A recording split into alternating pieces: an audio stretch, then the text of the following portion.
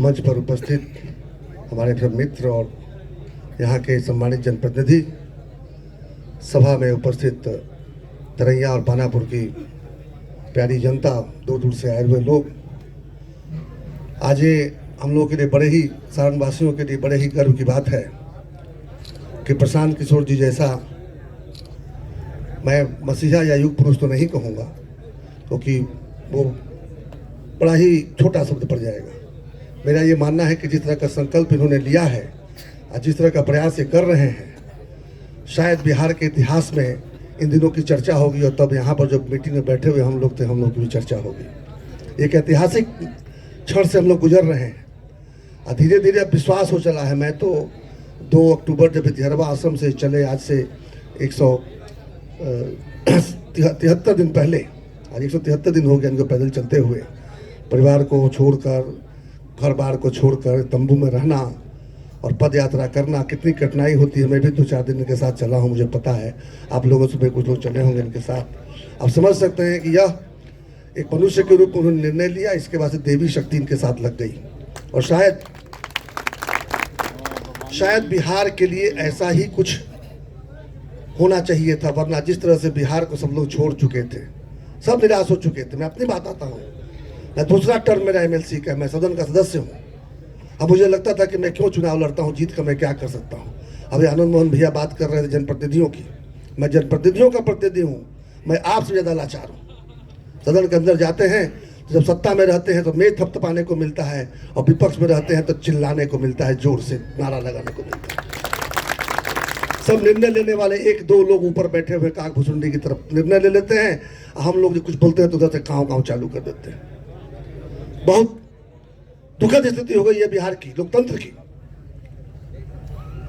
और व्यथा थी, निराशा थी। समझ में नहीं आ रहा था कि बिहार के लिए कुछ किया भी जा सकता है क्या, क्योंकि जब तक ऐसा कोई संकल्प लेके इतना बड़ा प्रयास नहीं करता तब तक विश्वास नहीं होता कि संभव है।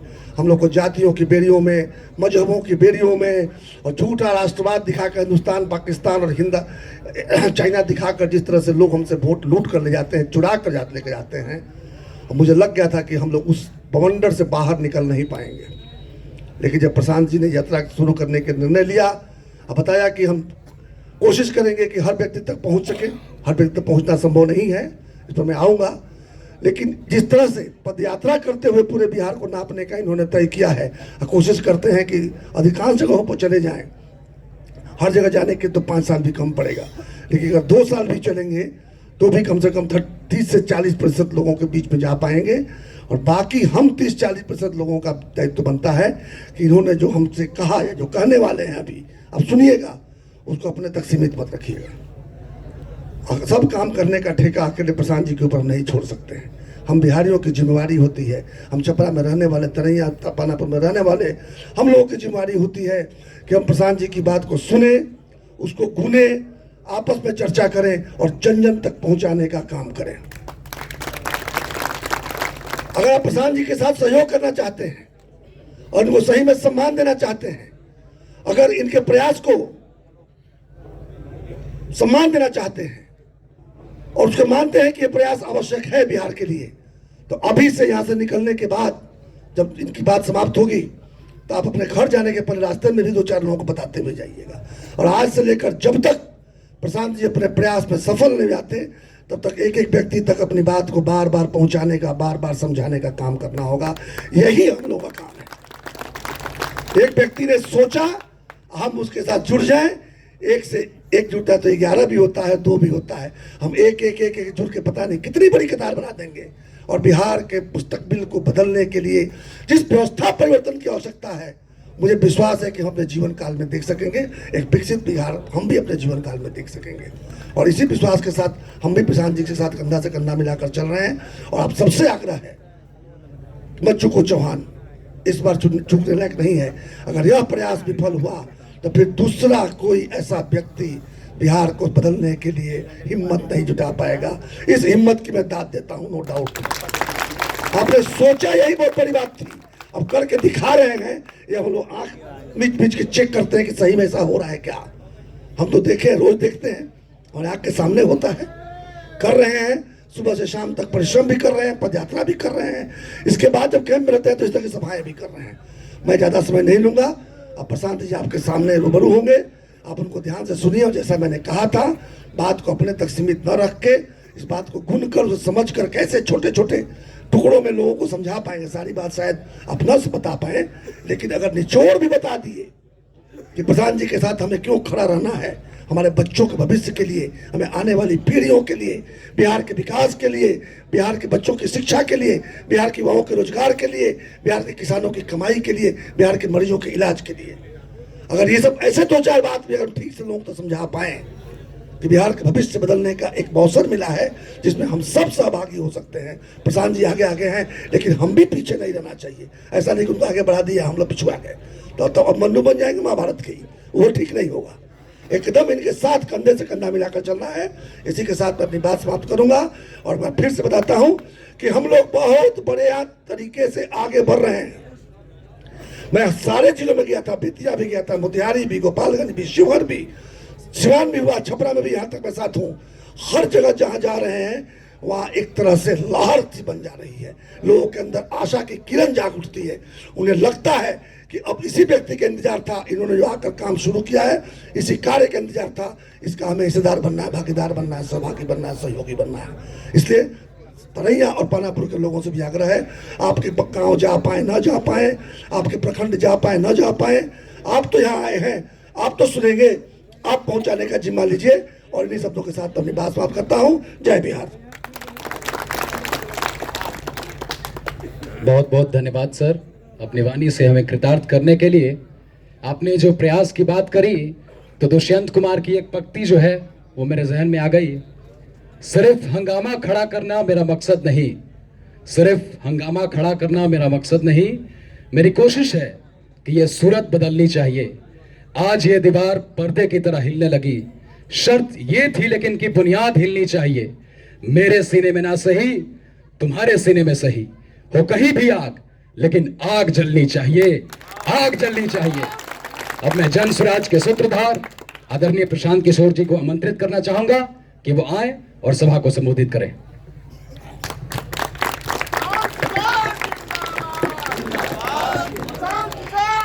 नमस्कार। सबसे पहले तो आप लोग सब लोग अपने अपने दिनचर्या से अपने काम को छोड़कर समय निकाले हैं, यहाँ आए हैं। कुछ लोग मेरे साथ चलते हुए आए हैं, कुछ बगल के प्रखंड से आए हैं जहाँ मैं नहीं पहुँच पा रहा हूँ। आप सबका यहाँ आने के लिए, समय निकालने के लिए, मुझे ये अवसर देने के लिए कि मैं अपनी बात आपके सामने रख सकूँ, आपसे मिल सकूँ, इसके लिए आपका तहे दिल से शुक्रिया अदा कर रहे हैं, आपका आभार व्यक्त कर रहे हैं। देखिए, जो पूरा जन सुराज बा, आधा से ज्यादा आदमी तो अभी यह चिंता में पड़ल बा। अभी जितना वक्ता भी बोलल है लोग, कोई एकरा के दल कहता, कोई एकरा के आंदोलन कहता। आधा से ज्यादा आदमी के तो बुझाते नहीं कि भाई पैदल काहे चलत रह। हम कोई से वोट मांगत नहीं कि आदमी सोचता कि हम तो वोट मांगियन, तो हम वोट रुआ से मांगत नहीं की। आदमी जानता कि कोई नेता आई तो चंदा मांगी, तो हम रुआ से चंदा मांगत नहीं की। आदमी वो घबरातन कि भाई पैसा कहाँ से पावत तड़न, वोट मांगते नहीं खन, पैसा मांगत नहीं खन, तो पैदल काहे चलत तड़न। आ नेता जैसन हम कोनो राउर कामो नहीं की करत। नेता आके झूठे बोलता, लेकिन कहत तबा कि अच्छा तार राशन कार्ड में नाम जुड़वा दे, कुछ ना करब तो तार नली गली बनवा दे, अब की हाली आई तो सड़क ठीक करा दे। तो हम पहले ही सभा में खड़े होके कहिला कि भैया हमरा से तो कोनो काम ना हुई, काम के बाद तो हमरा से कहियो मत। जन सुराज क्या है?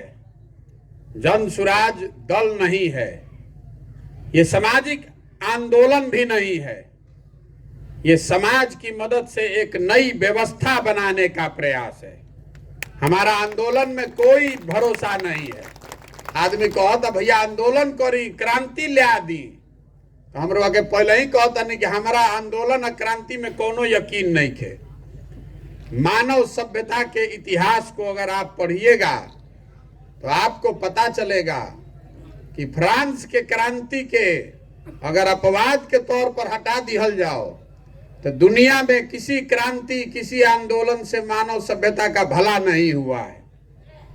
क्रांति और आंदोलन वो तेज हथियार के जैसा है।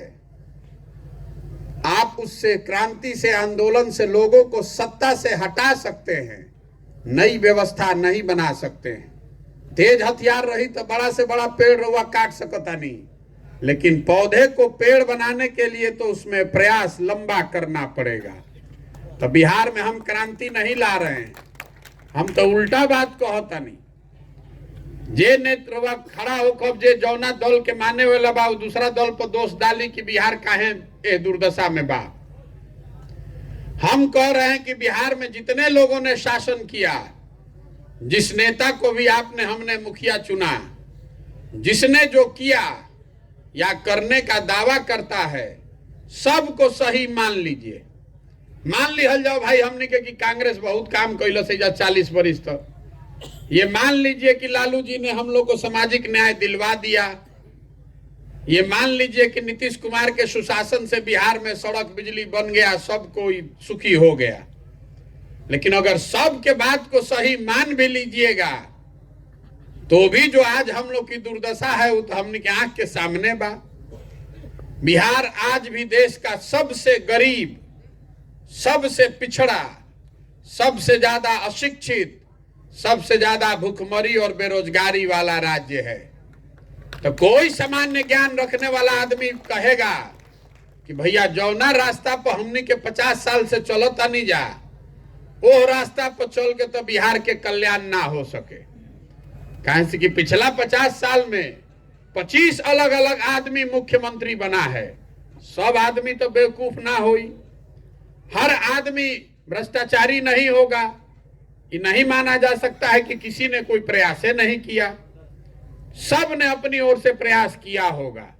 लेकिन तबो हमने के दुर्दशा नहीं के सुधरत। क्यों नहीं सुधर रहा है इसको पहले समझिए। कहीं कि जब तक रोग के कारण के पता ना चली तब तक रोग के इलाज ना हो सके। बिहार में इतना गरीबी बा काहे? 1950 में तमिलनाडु और बिहार बराबर का राज्य था। आज तमिलनाडु बिहार से 6 गुना आगे हो गया। हमनी के लड़का जब मजदूर बन के जाते हैं तो 2 थप्पड़ खा के आवत। ये हमनी के दुर्दशा बा। आखिर हमनी के काहे कुछ चक्कर में फसल बानी जा। तो इस बात को पहले समझिए। देखिए दुनिया भर में विद्वानों ने गरीबी से निकलने के 3 ही रास्ते बताए हैं। पहला रास्ता पढ़ाई, शिक्षा। अगर समाज में लोगों को, बच्चों को पढ़ने की व्यवस्था हो जाए, राउर लड़का पढ़ लिख जाई, नौकरी करे लागी तो अपन और अपन परिवार के ऊपर उठा सकेला, उन्नति कर सकेला। दूसरा रास्ता है कि रुआ पढ़ल लिखल नहीं थी तो लेकिन खेती लायक जमीन और रुआ बिजुन होके तो खेती किसानी करके रुआ आगे बढ़ सकता नहीं। और तीसरा रास्ता है पूंजी। अगर पढ़ाई भी नहीं के, खेती भी नहीं के, पूंजी होके, पैसा होके तो दुकान दौरी व्यापार करके आगे बढ़ सकता नहीं। तो रुआ बिहार के अगर अध्ययन करब ध्यान से तो आपको पता चलेगा कि 2/3 से ज्यादा जनसंख्या रहने वाले लोगों के पास ये तीनों के तीनों विकल्प बंद हैं। पढ़े के व्यवस्था ही जा है ये नहीं के। समाज का ज्यादातर आदमी उसके बच्चे को पढ़ने के लिए कोई व्यवस्था नहीं है। राउर लड़का जाता है स्कूल में तो या खिचड़ी खाता, आ कोई कॉलेज में पहुंच गए तो 3 वर्ष के जगह 5 वर्ष में डिग्री लेके आवता। पढ़ाई ना कॉलेज में होता ना स्कूल में होता।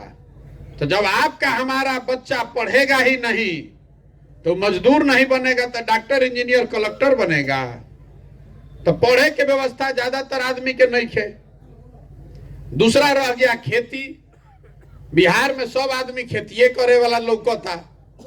लेकिन जब आंकड़ा के देखो तो आपको पता चलेगा कि बिहार में जो 100 लोग रहते हैं उसमें 60 आदमी के पास एको धूर जमीन नहीं है।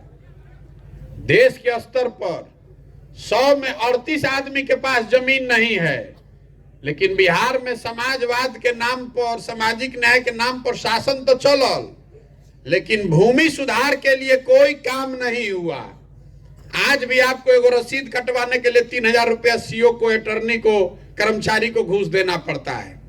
तो जमीन का जो कुप्रबंधन है उसकी वजह से 60% लोगों के पास एको धूर जमीन नहीं है। और जो 40% आदमी के पास जमीन बा जे खेती करता, वो 40 में 35 आदमी 2 बीघा से कम के मालिक बा। तो बिहार में जो 2 बीघा से कम के मालिक वाले लोग हैं वो खाने वाली खेती करता है, कमाने वाली खेती नहीं करता है। हमने के उतने उपजावत नहीं ज्यादातर आदमी कि बाल बच्चा के पेट भर जाओ। गेहूं भइल बा तो में सरसों तीसी छीट देता नहीं, लेकिन वो सरसों तीसी से रवा कोनो आमदनी नहीं के होके के। सरकार के आंकड़ा बता रहल बा कि बिहार में 100 में से 5 आदमी ऐसा बाड़न जो कि खेती करके आमदनी कर रहल बा। बाकी आदमी चाहे खेती करके पेट भरत रहन, चाहे खेत में मजदूर बाड़न। तो शिक्षा है नहीं, खेती है नहीं, तो तीसरा रह गया पूंजी। अगर आपके पास पैसा होता और रवा बिजू नहीं खे, सरकार के कोनो योजना रहित कि रवा के पैसा मिल जाये, कर्जा मिल जाये, पूंजी मिल जाये, तो रवा 5 गो भैंसे पाल लेती, कोई रेडीमेड के दुकानें खोल लीत, कोई सैलून खोल लीत, कोनो लड़का मछली पालन करतन, कोई मुर्गी पाल लीत, कुछ न कुछ रवा काम कर सकत रही।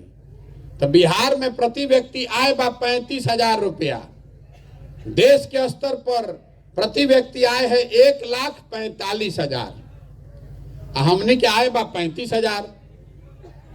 तो 35,000 में रवा खाइब का, बचाइब का, पूंजी कहां से ले आई? तो जब तक बिहार में ये 3 चीज को नहीं सुधारा जाएगा कि सबको, समाज को पढ़ने की व्यवस्था हो, दूसरी बात खेती को कमाने वाला खेती बनाया जाए, खाने वाला नहीं, और तीसरा बात लोगों को, युवाओं के हाथ में पूंजी दिया जाए, जब तक ये नहीं कीजिएगा तब तक बिहार नहीं सुधर सकता है। ऐसा नहीं के कि हमने के पर खर्चा नहीं के हो। अकेले शिक्षा व्यवस्था पर हर साल बिहार के गरीब जनता का 40,000 करोड़ रुपया खर्चा हो रहा है।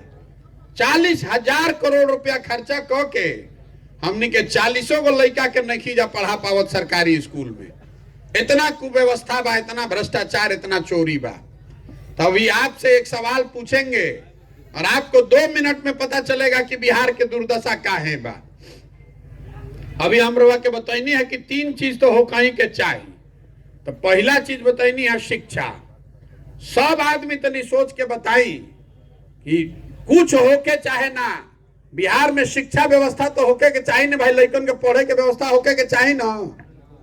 मुड़ी नहीं खिलावे के सबके बोले के बाद फिर से पूछा तनी सोच के बताई, गलती हो जाई तो गड़बड़ा जाए मामला। और कुछ हो चाहे नहीं, बिहार में बच्चों के पढ़ने के लिए व्यवस्था होनी चाहिए ना भाई। देखिए सब आदमी कितना चिल्ला के कहता कि होके के चाहिए, कौनो नेता के खड़ा करब तो ये बतियाई के भैया शिक्षा व्यवस्था ध्वस्त हो गई बा, एकरा के सुधारी। तो अब सब आदमी अपना अपना लड़कन के, अपना अपना घर के आदमी के नाम पर ईमानदारी से बताई कि कभी जीवन में हम रउआ शिक्षा खातिर वोट देले बानी जा ना। फिर से सोच के बताई। सब आदमी तो खड़ा होकर ये कहता शिक्षा सुधारो। एजा तो कोई बुर्बक नहीं खे, एजा तो सब चला के बैठल बा। हमने कहते कि आदमी अनपढ़ बड़ा नहीं से बिहार के दशा खराब बा। अरे एजा तो सब ज्ञानिये बैठल बा। रउआ कभी शिक्षा खातिर वोट देले बानी? नहीं की देले। तो बिहार के दुर्दशा के ये कारण बा। नेता में आके क्या करी? आपको मालूम है कि जब तक शिक्षा नहीं सुधरेगी तब तक बिहार का दशा नहीं सुधरेगा, लेकिन रउआ ओकरा पर वोटे नहीं के देवे के। रउआ मालूम बा कि इतना बेरोजगारी बा, आपन लड़का पढ़ लिख के घर में बेरोजगार बैठल बा, लेकिन रउआ रोजगार पर वोटे नहीं के देवे के। खाली खड़ा होके भाषण देवे के बा। अरे नेता बड़ा बदमाश बड़ा सन, नेता ठग लेता। भाई नेता मंगल ग्रह से आवता, नेता तो हम ही रउआ न चुनता नहीं जा। हम गांव में चलता नहीं पैदल, तो आदमी कहता मुखिया बड़ा चोर बा। अरे भैया तो हम मंचे से कहिला कि 500 रुपया लेके वोट देले बड़ा तू, तो मुखिया आके हरिचंद बनी। भैया 500 रुपया लेके वोट देता रहो, मुर्गा भात खा तड़ पाउच पी के वोट दे आके कह तड़ कि मुखिया बदमाश बा तो मुखिया जी घर के जमीन बेच के दियन पैसवा। तो जब तक आप नहीं सुधरिएगा तो नेता कैसे सुधरेगा? रउआ कहता नहीं कि नेता रउआ के ठगता। बिहार में आदत बा आदमी के खड़ा होके कहे के अरे भैया नेता बड़ा खराब बा। तो हम रउआ के बताओ तनी कि नेता आपको ठगिए नहीं रहा है। कोई नेता आपको नहीं ठग रहा है। अगर कोई नेता ठगता तो एक बार में